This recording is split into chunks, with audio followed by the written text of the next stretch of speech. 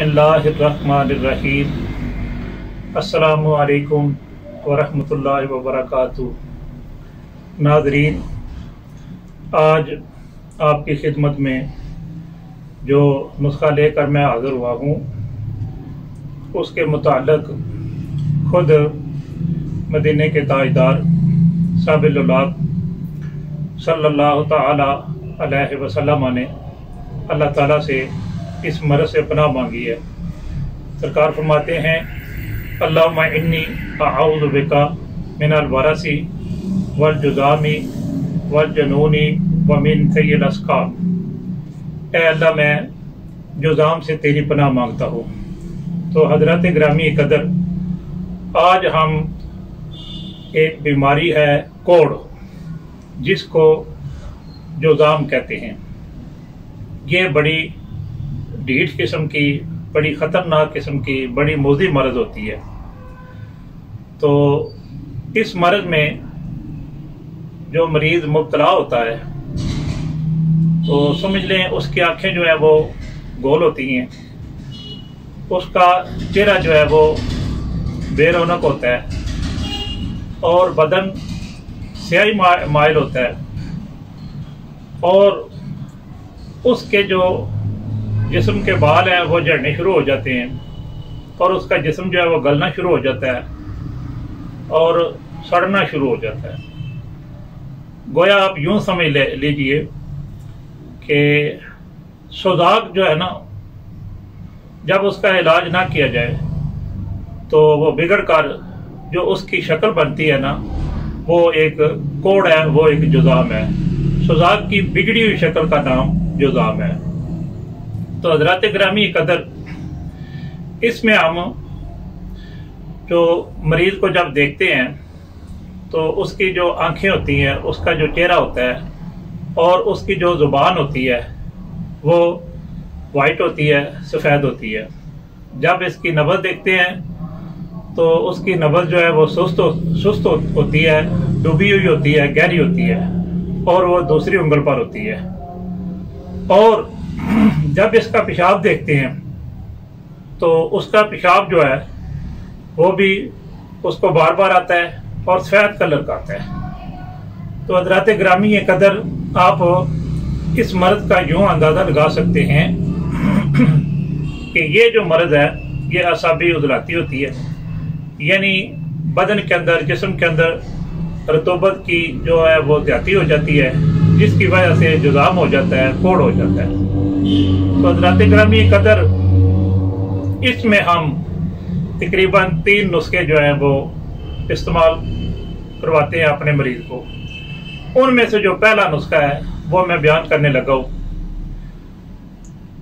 उसमें तकरीबन 3 चीज़ें हैं।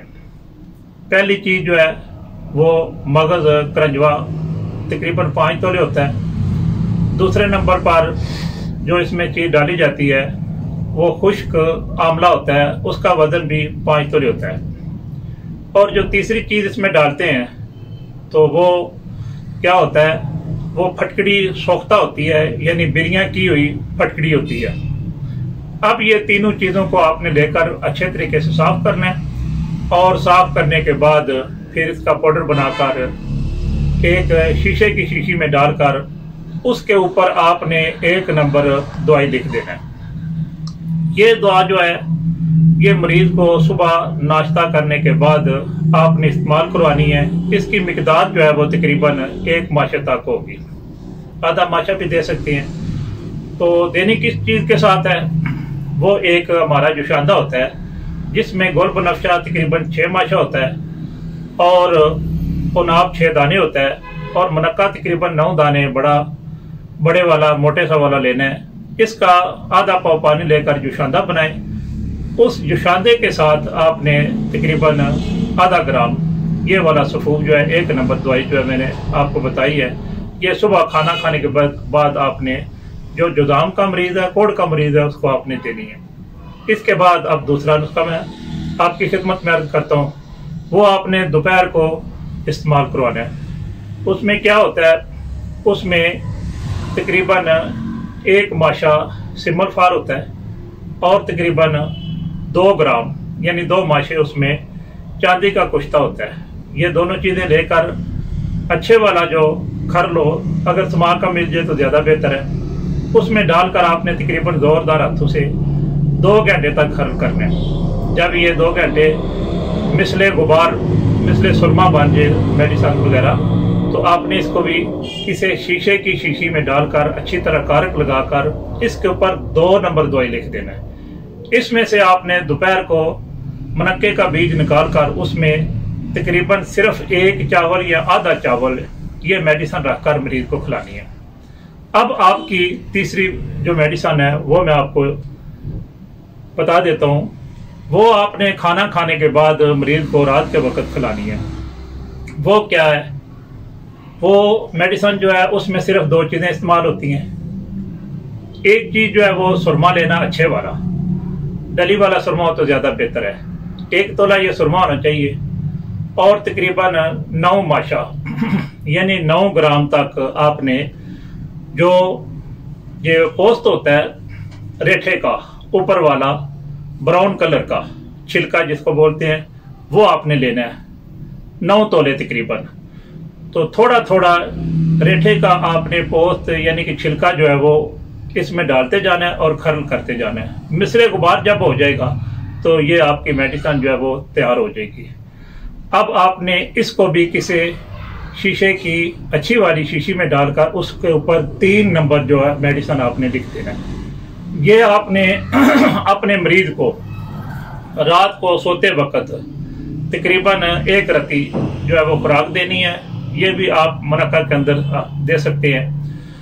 तो अल्लाह ताला के फजल व करम से जब आप ये 3 मेडिसन इस्तेमाल करवाएंगे तो इंशाल्लाह बफजल ताला आहिस्ता आहिस्ता आपका जो कोढ़ का मरीज है, आपका जो बर्स का मरीज है, वो इंशाल्लाह ठीक हो जाएगा।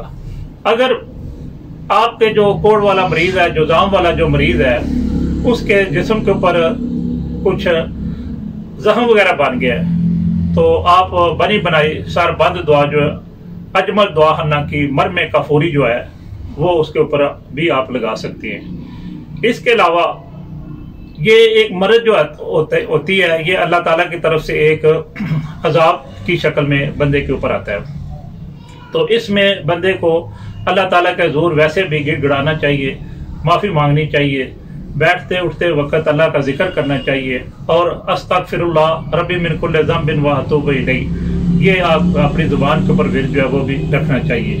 मेरे आका करीम सल्लल्लाहु तआला अलैहि वसल्लम का फरमाने अली शान है।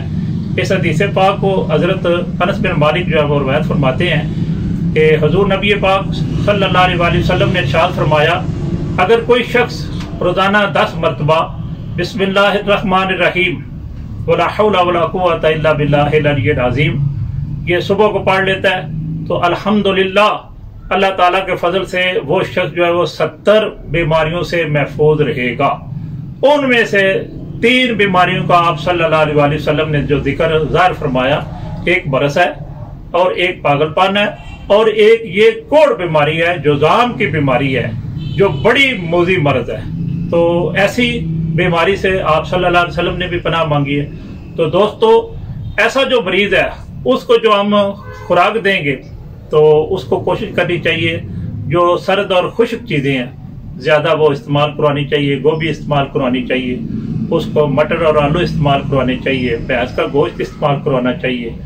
तो फ्रूट में उसको सेब देना चाहिए, अनार देना चाहिए, अगर जामुन हो, संतरा हो तो वो देना चाहिए, आड़ू का फल हो तो वो इस्तेमाल करवाना चाहिए।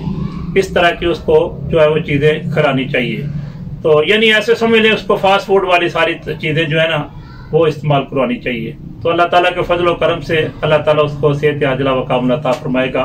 मैं दुआ करता हूँ अल्लाह ताला ऐसे मरीजों को जल्द अज जल्द सेहत आजिला कामिला अता फरमाए। अल्लाह ताला मेरा और आपका हामी और नासर हो। अस्सलामु अलैकुम।